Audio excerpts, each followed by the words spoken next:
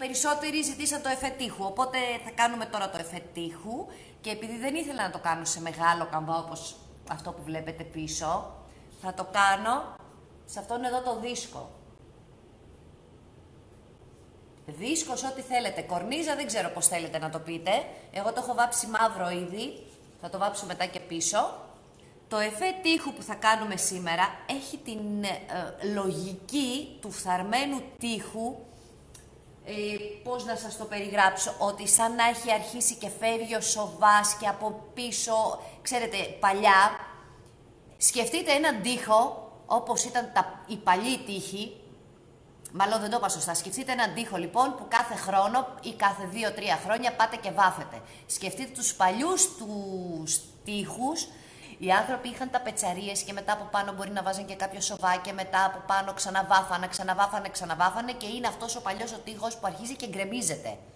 Αυτή είναι η λογική του τοίχου που θα κάνουμε σήμερα. Γιατί υπάρχουν πολλά εφέ τοίχου, δεν είναι ένας. Η λογική λοιπόν είναι ότι έχουμε πολλά στρώματα σοβά από κάτω. Έχουμε κάτι ανάγλυφο και ξανά σοβά και αυτό αρχίζει και διαλύεται και έχουμε βάθος, έχουμε επίπεδα. Αυτό θα κάνουμε σήμερα, εντάξει. Πάμε στο δίσκο, κατεβάζω την οθόνη, κάτσε να δω που είναι καλύτερα, νομίζω εδώ είμαστε καλά. Θα κάνουμε τον δίσκο αυτόν, τον οποίο μπορείτε να τον βάλετε και κορνίζα. Μένα μου αρέσει πάρα πολύ, βέβαια, το έχω βάψει μαύρο. Θα δουλέψω με κυμολία, με τι άλλο θα δούλευα εγώ, εντάξει, τελευταία το έχουμε ρίξει την κυμολία μόνο. Την πρώτη στρώση θα την κάνω με σπάτουλα και με χρώμα κυμολίας. Μπορείτε να την κάνετε την ίδια δουλειά και με πάστα. Παίρνω το χρώμα κυμολίας, για το συγκεκριμένο τοίχο που είχα πίσω μου, είχα χρησιμοποιήσει τη Στοκχόλμη. Θα το δουλέψω σαν παστούλα γιατί είναι αρκετά πηχτά τα χρώματα. Επειδή είναι μικρή επιφάνεια, θα πάρω μικρή σπάτουλα. Αν ήταν πιο μεγάλη επιφάνεια, εννοείται ότι θα έπαιρνα μεγαλύτερη. Για να δω, βλέπετε. Και πάω από την αρχή και σβήνω προς τα κάτω. Δεν θέλω να καλύψω τελείως το μαύρο. Θέλω απλά να έχει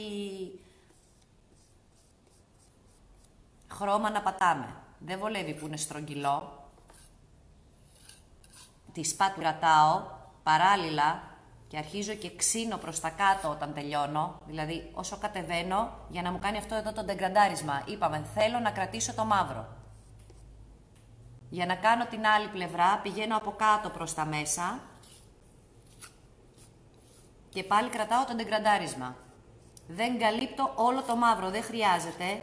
Να, ας πούμε, αυτό εδώ δεν μου αρέσει, βέβαια. Θα πέσουν τόσες στρώσεις από πάνω, με πάστες. Δεν βολεύει καθόλου που είναι στρογγυλό, οπότε θα το γυρίσω.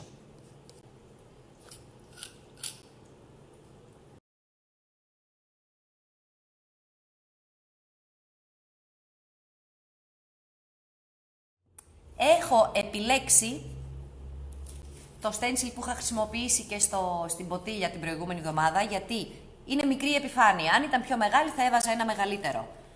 Δεν θα μπορώ να το καλύψω όλο, καταρχήν. Να σας πω δύο εκδοχές. Μπορείτε να το καλύψετε όλο με stencil. Σε αυτή την περίπτωση θα έχετε ακόμα μεγαλύτερο βάθος σε δεύτερη φάση. Μπορείτε όμως να κάνετε οικονομία, εγώ σας δίνω και αυτή την αναλλακτική, και να κάνετε τοπικά. Εδώ έχω φτιαγμένη πάστα με το Aging Effect που σας το έδειξα την προηγούμενη εβδομάδα. Την έχω κάνει πιο πηχτή την πάστα, το Aging Effect εδώ, για να το χρησιμοποιήσω σαν πάστα. Δηλαδή έχω προσθέσει περισσότερη σκόνη.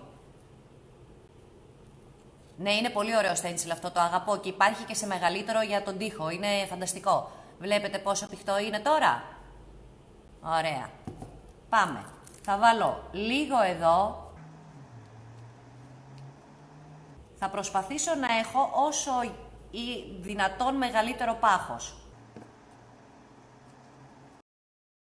Αυτό που θέλω να πω είναι γιατί έβαλα μαύρη πάστα και όχι λευκή. Με βολεύει να έχω μαύρη την πάστα έτοιμη και να μην τη χρωματίζω μετά. Γι' αυτό. Βλέπετε, το κάνω σε ορισμένα σημεία. Δεν το κάνω παντού.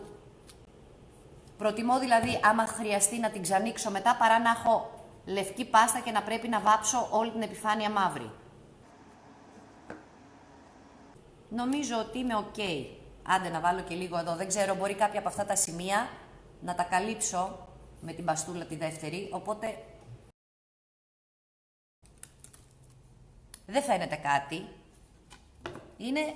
Δεν είναι παντού.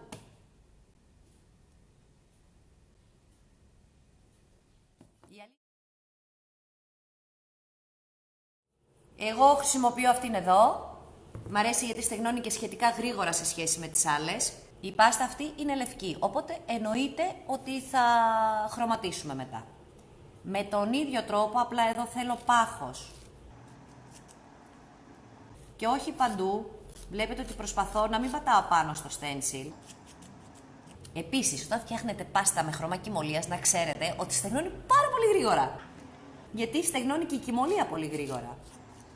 Καλό είναι να μην φαίνονται σπατουλιές.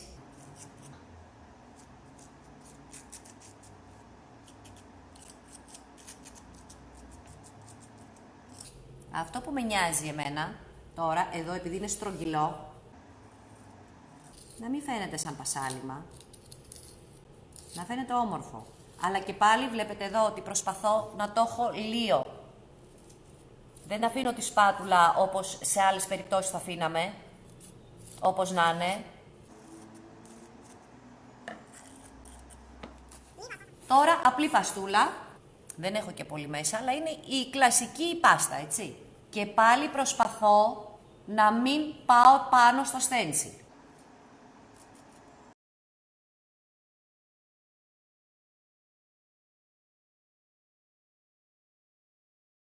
Όπως το βλέπετε εδώ, έχω βάλει λίγο πάστα εδώ, έχω βάλει λίγο πάστα εδώ. Εδώ στο κέντρο δεν έχω βάλει τίποτα. Πρέπει όμως να βάλω, προσπαθώ να ακολουθήσετε λίγο τη σκέψη μου. Πρέπει να βάλω γιατί δεν μπορεί να φύγει σε ένα σημείο μόνο, οπότε θα βάλω πολύ λίγο. Ενδεχομένως εδώ σκεπάζω το στένσιλ, αλλά τι γίνεται, προσπαθώ εδώ να το σβήσω, να μην τελειώνει απότομα. Με τον ίδιο τρόπο. Και επειδή δεν έχει στεγνώσει καλά, πρέπει να είμαι πάρα πολύ ευγενική. Και δεν θέλω να καλύψω και τελείως το άσπρο. Απλά εδώ που τελειώνει η πάστα, θέλω να δένει με το χρώμα που έχει σαν βάση.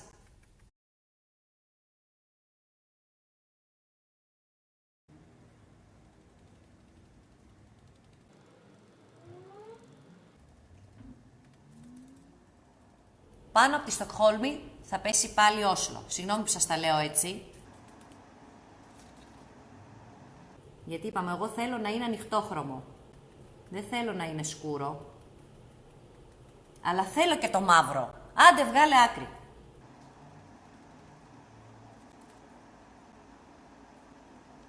Αν σκεφτείτε ότι ο τοίχος όταν αρχίζει και διαλύεται και χαλάει με τα χρόνια, δεν έχει παντού την ίδια απόχρωση, έτσι. Γι' αυτό και τα κάνω όλα αυτά.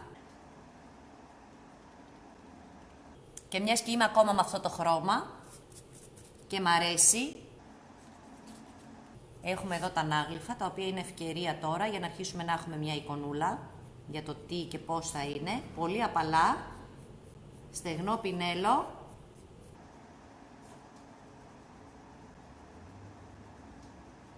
Για τόση ώρα δεν φαινόντουσαν. Το κάνω για να δω πόσο πρέπει να επέμβω εδώ γύρω, εδώ.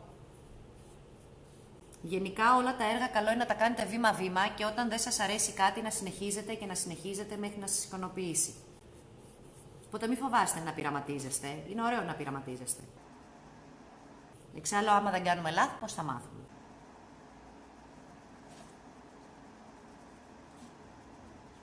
Εντάξει, έχει παντού σκαλίσματα αυτό. Νομίζω ότι είναι καλό. Άρα λοιπόν βλέπω ότι εδώ πρέπει να του βάλω χρώμα και παίζω με δύο χρώματα. Με τα δύο ανοιχτόχρωμα.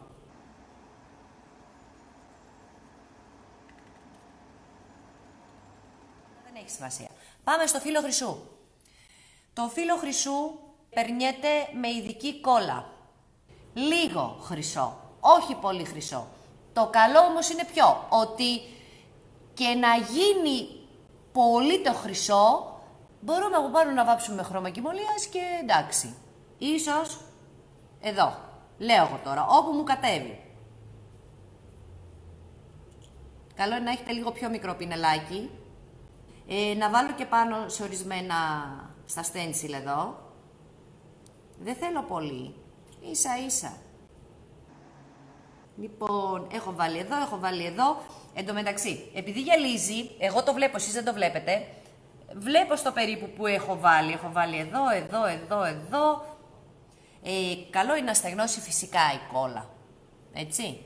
Η κόλλα όταν στεγνώνει δεν τη χάνετε, γιατί σε εκείνα τα σημεία που έχετε βάλει κόλλα, ναι μεν είναι διάφανο, αλλά γυαλίζει. Είναι πάρα πολύ λεπτά τα φύλλα χρυσού. Εμένα είναι νυφάδες. Καλό είναι να έχετε και ένα σκληρό πινέλο. Εγώ τώρα εδώ πέρα έχω ορατότητα και βλέπω που γυαλίζει, γι' αυτό και βάζω σε συγκεκριμένα σημεία.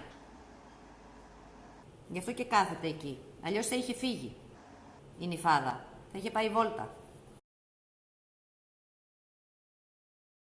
Λοιπόν, τι κάνω τώρα, Γουρουνότριχα. Καλό είναι αυτό να είναι σκληρό, μας νοιάζει το πινέλο μας. Και όπου έχω ακουμπήσει το φύλλο χρυσού και υπάρχει κόλλα από κάτω, αυτό έχει ήδη κολλήσει. Και μετά πηγαίνω από πάνω, ξαναβάφω.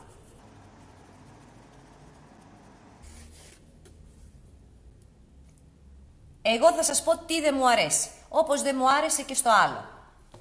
Τελειώνει απότομα και γενικά εμένα ό,τι τελειώνει απότομα δεν μου αρέσει καθόλου, ποτέ. Δηλαδή δεν μπορούμε να αφήσουμε εδώ σαν κουτσουλιά το χρυσό. Τι κάνουμε σε αυτή την περίπτωση? Παίρνουμε ένα από τα δύο χρώματα που είχαμε χρησιμοποιήσει. Εγώ χρησιμοποίησα ή το Όσλο ή μπορεί να βάλετε και τα δύο, ή τη Στοκχόλμη. Έτσι.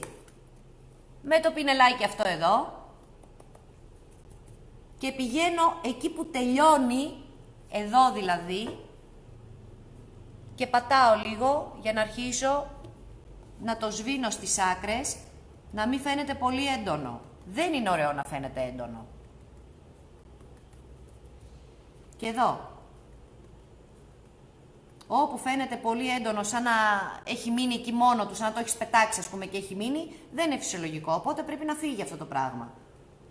Άρα πάμε από πάνω και το καλύπτουμε λίγο.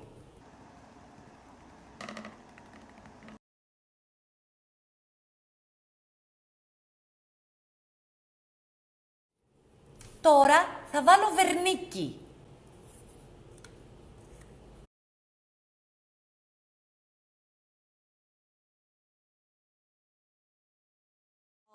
Ρωτήσατε πολύ γιατί λαδομπογιά και γιατί όχι κάτι άλλο. Εγώ προσωπικά τη λατρεύω τη λαδομπογιά γιατί μ' αρέσει, μπορώ να τη δουλεύω πολλή ώρα. Δεν στεγνώνει, έτσι. Μπορείτε να το κάνετε με glaze, για όποιον ξέρει να χρησιμοποιεί glaze. Μπορείτε να το κάνετε και με αραιωμένο χρώμα από πάνω. Δηλαδή, περνάτε το βερνίκι. Υπάρχει λόγος που λέω για το βερνίκι, γιατί η πάστα που έχουμε χρησιμοποιήσει είναι σαγρέ. Που σημαίνει ότι αν δεν βάλετε βερνίκι να κλείσετε τους πόρους, όλο το χρώμα θα μπει μέσα. Έτσι κι αλλιώς θα μπει. Αλλά τουλάχιστον να το περιορίσουμε λίγο. Επομένως, μπορείτε να το κάνετε με αραιωμένο χρώμα της αρεσκίας σας. Καλό είναι να είναι καφέ σκούρο, είναι πιο ζεστό. Στις συγκεκριμένες αποχρώσεις. Γιατί θα μπορούσατε να κάνετε κάτι πολύ ψυχρό, δηλαδή να πάτε σε γκρι αποχρώσεις και να είναι μαύρο, ας πούμε. Κανένα πρόβλημα. Εδώ τουλάχιστον καφέ. Και τώρα θα μαυρίσουμε τα πάντα.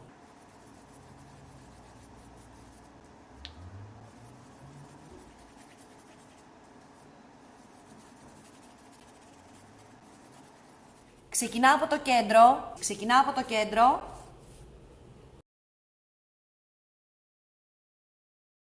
Καθαρό μορομάντιλο δεύτερο, γιατί θέλω να φωτίσει κι άλλο.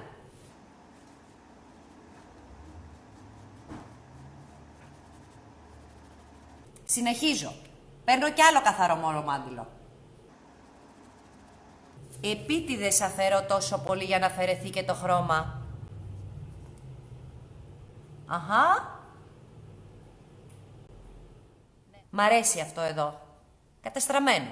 Δεν είναι αρκετά κατεστραμμένο? Αυτό λοιπόν είναι το καινούριο μου χρώμα. Πολλοί με ρωτάτε, νομίζετε ότι είναι μπλε. Δεν είναι μπλε. Είναι πετρόλ προς κυπαρισί θα το έλεγα. Και η φιλιό μου ζήτησε εδώ να το συνδυάσω κάπως. Εγώ θα το συνδυάσω. Μπράβο! Να αλλάξω λίγο και το εξωτερικό. Αυτό θα κάνω. Παίρνω λοιπόν με τη γουρουνότριχα. Γενικά το στεγνό πινέλο μου αρέσει πάρα πολύ. Δεν ξέρω αν το έχετε καταλάβει. Σαν τεχνική εννοώ, έτσι. Πάντα ταμπονάρω για να φύγει. Πάμε σιγά σιγά. Να δούμε. Παιδιά, δεν θα το κάνω παντού, γιατί θα κρατήσω και το από κάτω που έχει. Βλέπετε ότι δεν προβληματίζομαι. Δεν προβληματίζομαι για το αν έχω περάσει κερί, αν έχω περάσει λάδι, αν έχω περάσει οτιδήποτε. Απλά, και επειδή είμαι κακούργα, θα κάνω και αυτό. Έτσι, τώρα μου ήρθε. Εντάξει, μη με κατηγορείτε. Για να δέσει και το έξω με το μέσα.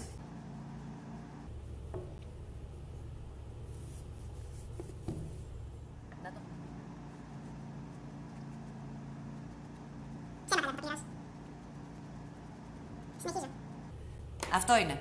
Την είχα, ρε παιδιά. Θα παίξω με το 7 και με το 2. Το ένα είναι το Pal Gold και το άλλο είναι το Copper. Ανακατεύω τα δύο και δίνει μια πολύ ωραία απόχρωση. Yeah.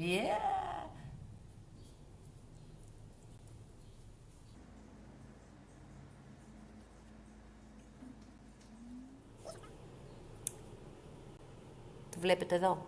Προσπαθώ να το δείτε καλύτερα.